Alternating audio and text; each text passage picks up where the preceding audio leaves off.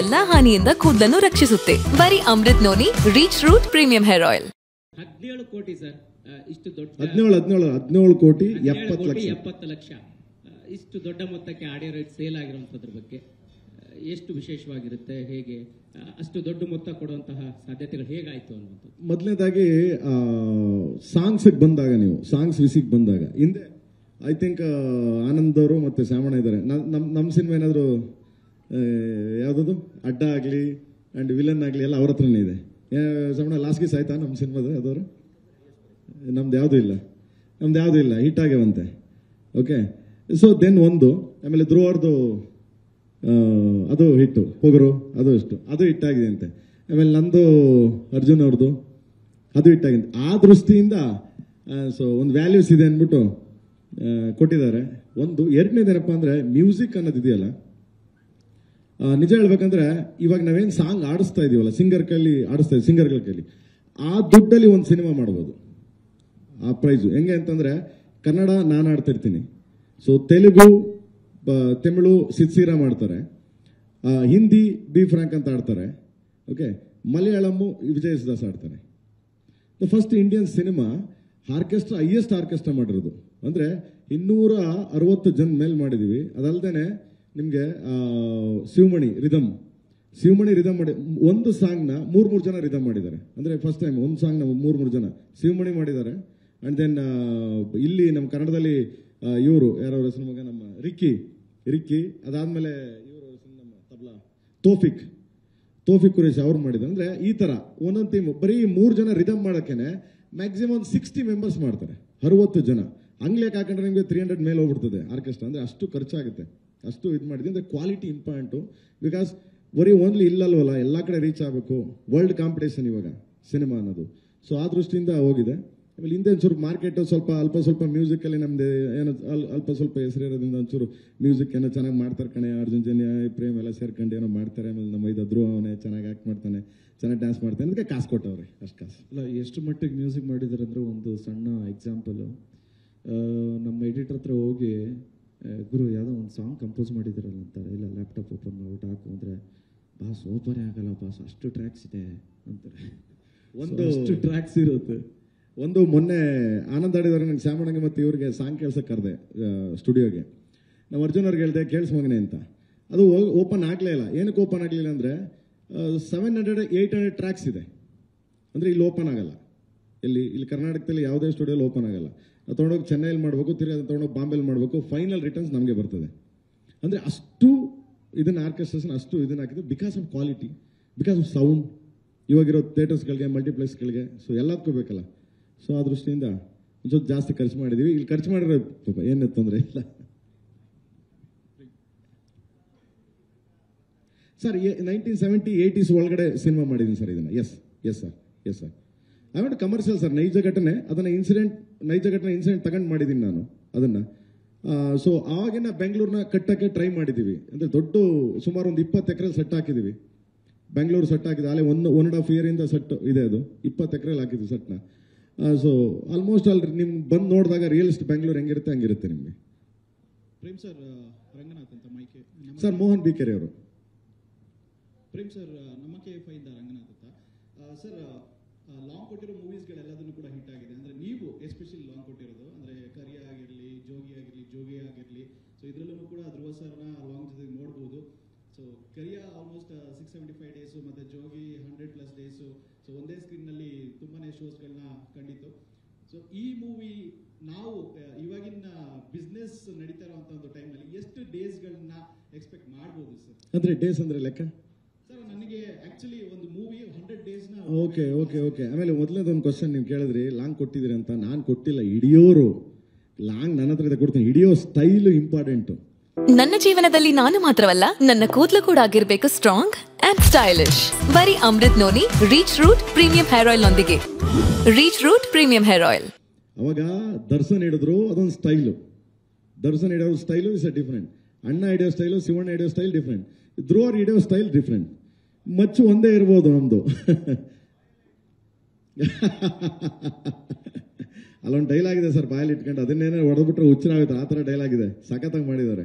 So ಆ ದೃಷ್ಟಿ. ಆಮೇಲೆ ನಾನು ಮೊದಲು ನನ್ನನ್ನು ಸ್ಟಾರ್ಟಿಂಗು ಸಿನಿಮಾ ಮಾಡಿದಾಗ ಹುಚ್ಚ ಅಂದರು ನನ್ನ. ಇದನ್ನು ಎಕ್ಸ್ಪ್ಲೇನ್ ಮಾಡ್ತೀನಿ ಯಾಕೆ ಅಂತ ಕೇಳ್ತೀನಿ.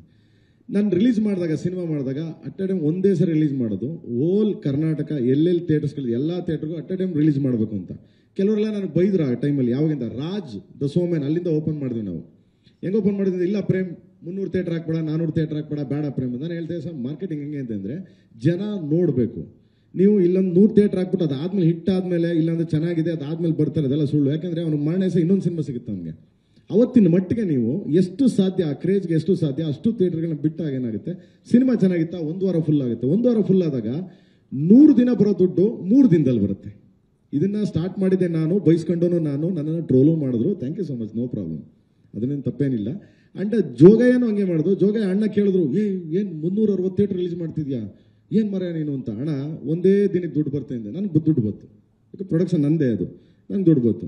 ಅವಾಗ ಜಯಣ್ಣ ರಿಲೀಸ್ ಮಾಡೋ ರಾಜ್ಯ ಸೋಮನ್, ಅವಾಗಲೂ ಹೇಳಿದೆ 1 ವರ್ಷ ಓಡೋದು 3 ದಿನದಲ್ಲಿ ದುಡ್ಡು ಬರ್ತದು. ಸೊ ಅಂದರೆ ಈಗ ಆ ಟ್ರೆಂಡ್ ಸೇಮ್ ಅದ. ಯಾಕಂದರೆ ಕಾಂಪಿಟೇಷನ್ ಇದೆ. ಆಮೇಲೆ ನಮ್ಮಲ್ಲಿ ಮಾತ್ರ ಅಲ್ಲ, ಭಾರತದ ಎಲ್ಲ ಚಿತ್ರಗಳು ಬಂದು ಲ್ಯಾಂಡ್ ಆಗ್ತವೆ ಇಲ್ಲಿ. ಅವ್ರಿಗೆ ನಾವು ಕಾಂಪೀಟ್ ಮಾಡಬೇಕು, ಅವ್ರ ಜೊತೆ ನಾವು ಯುದ್ಧ ಮಾಡಬೇಕು ಅಂತಂದಾಗ ಅವ್ರ ಸಿನಿಮಾಗಳಿಗಿಂತ ನಮ್ಮದು ಕನ್ನಡ ಸಿನಿಮಾ ಬೆಸ್ಟ್ ಆಗಬೇಕು ಅಂದಾಗ ಇವೆಲ್ಲ ಮಾಡಬೇಕು. ಸೊ ಆ ದೃಷ್ಟಿಯಿಂದ ಡೇಸ್ ಹೇಳಲ್ಲ ನಾನು, ಈ ಡೇಸು ಆ ಡೇಸು. ನನಗೆ 1 ವಾರ ಹೋಗಲಿ 2 ವೀಕ್ಸ್ ಹೋಗಲಿ, ಎಷ್ಟು ಕಲೆಕ್ಟ್ ಮಾಡ್ತು ಅನ್ನೋದು ಮಾತ್ರ ಇಂಪಾರ್ಟೆಂಟು. ಏನಕ್ಕೆ ಅಂದರೆ ಇಲ್ಲಿ ನಿಮಗೆ ಒಂದು 600 ಥಿಯೇಟ್ರ್ ಇರ್ಬೋದು. ಎಕ್ಸಾಂಪಲ್ ಮೊನ್ನೆಯಿಂದ ಗಲಾಟೆ ನಡೀತಾ ಇದೆ, ಅಷ್ಟು ಇಲ್ಲ, ಇಲ್ಲೇ ಇದ್ದಾರೆ ನಮಗೆ ಇವರು 500 ಇದೆಯಾ ಮಗನೇ? ಒಂದು 500 ಥಿಯೇಟ್ರ್ ಇರ್ಬೋದು. 500 ಥಿಯೇಟ್ರ್ ಸಿನಿಮಾ ರಿಲೀಸ್ ಮಾಡಿದ್ರೆ 500 ಥಿಯೇಟ್ರ್ ಎಲ್ಲ ಸಿನಿಮಾ ರಿಲೀಸ್ ಆಗಲ್ಲ. ಈಗ ನಮ್ದು KD ಭಟ್ರೆ 400 ಥಿಯೇಟ್ರ್ ರಿಲೀಸ್ ಮಾಡ್ತೀವಿ, 400 ಥಿಯೇಟ್ರ್ ರಿಲೀಸ್ ಮಾಡ್ತೀವಿ. ಸೊ ಬರೀ 400 ಥಿಯೇಟ್ರ್ ರಿಲೀಸ್ ಮಾಡಿದ್ರೆ ಈ ಖರ್ಚು ದುಡ್ಡು ಮಾಡಿ ಈಗ ಸ್ಪೆಂಡ್ ಮಾಡಿದ್ವಲ್ಲ ಅದು ಬರಲ್ಲ ನಿಮಗೆ. ಸೊ ಅವಾಗ ಏನು ಮಾಡ್ಬಿಡ್ತೀವಿ, ಎಂಟೈರ್ ಎಲ್ಲ ಕಡೆನೂ ಹಾಕ್ತೀವಿ, ಭಾರತದ ಎಲ್ಲ ಕಡೆನೂ ಹೋಗುತ್ತೆ. ಸೊ ಅವಾಗ ಅಟ್ಲೀಸ್ಟ್ ಸಿನಿಮಾ ಚೆನ್ನಾಗಿದೆ ಅಂತ ಯಾವನು ಒಳಗಡೆ ಬಂದು ಒಂದು ಪ್ರೇಕ್ಷಕ ಬಂದು ಬೆಂತಟ್ಬಿಟ್ಟು ಹೊರಗಡೆ ಹೋಗ್ತಾನೆ, ಅಲ್ಲಿಗೆ 3 ದಿನಕ್ಕೆ ದುಡ್ಡು ಬರುತ್ತೆ, 6 ದಿನ ಹೋಗೋದು ಬೇಡ ಆ ಥರ. ಲುಕ್ಸ್ ಮತ್ತೆ ಗೆಟಪ್ಸ್ ವೈಸ್ ನೋಡ್ತೀವಿ ಅಂತ ಹೇಳಿದ್ರೆ ನೀವು ಸುದೀಪ್ ಸರ್ನ, ಶಿವಣ್ಣ ಅವ್ರನ್ನ, ಅಪ್ಪು ಸರ್ನ ಎಲ್ಲರನ್ನೂ ಕೂಡ ಒಪ್ಸಿದ್ದೀರಾ.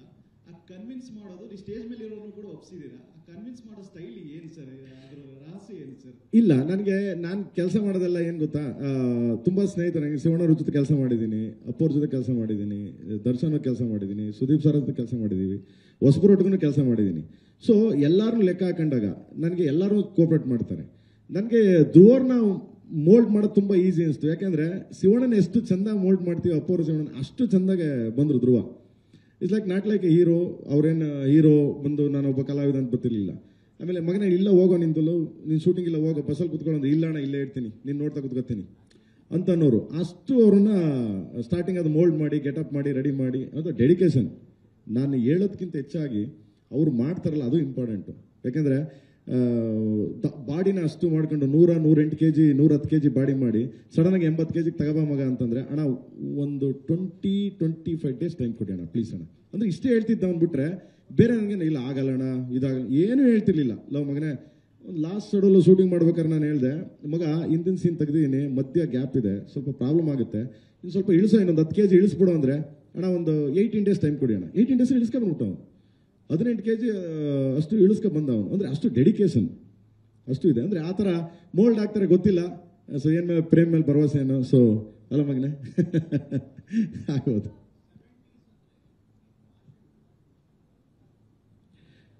ಸರ್ ಆಗತ್ತೆ, ಸ್ವಲ್ಪ ಕಮರ್ಷಿಯಲ್ಗೆ ಹೋಗ್ತೀನಿ ಸರ್. ನಾನು ತೀರಾ ಬುದ್ಧಿ ಹೇಳಕ್ಕಂತೂ ಹೋಗಲ್ಲ. ಅಲ್ಲ 70s, ಎಸ್ 70s ಅಂತಂದರೆ ನಿಮಗೆ ಆಲ್ಮೋಸ್ಟ್ ಹಳ್ಳಿ ಇದ್ದಂಗೆ ನಮ್ಮ ಬೆಂಗಳೂರು ಸಿಟಿ. ಅವಾಗೆಲ್ಲ ಲಿಟ್ಲ್ ಬಿಟ್ ಹಳ್ಳಿ ಇದ್ದಂಗೆ.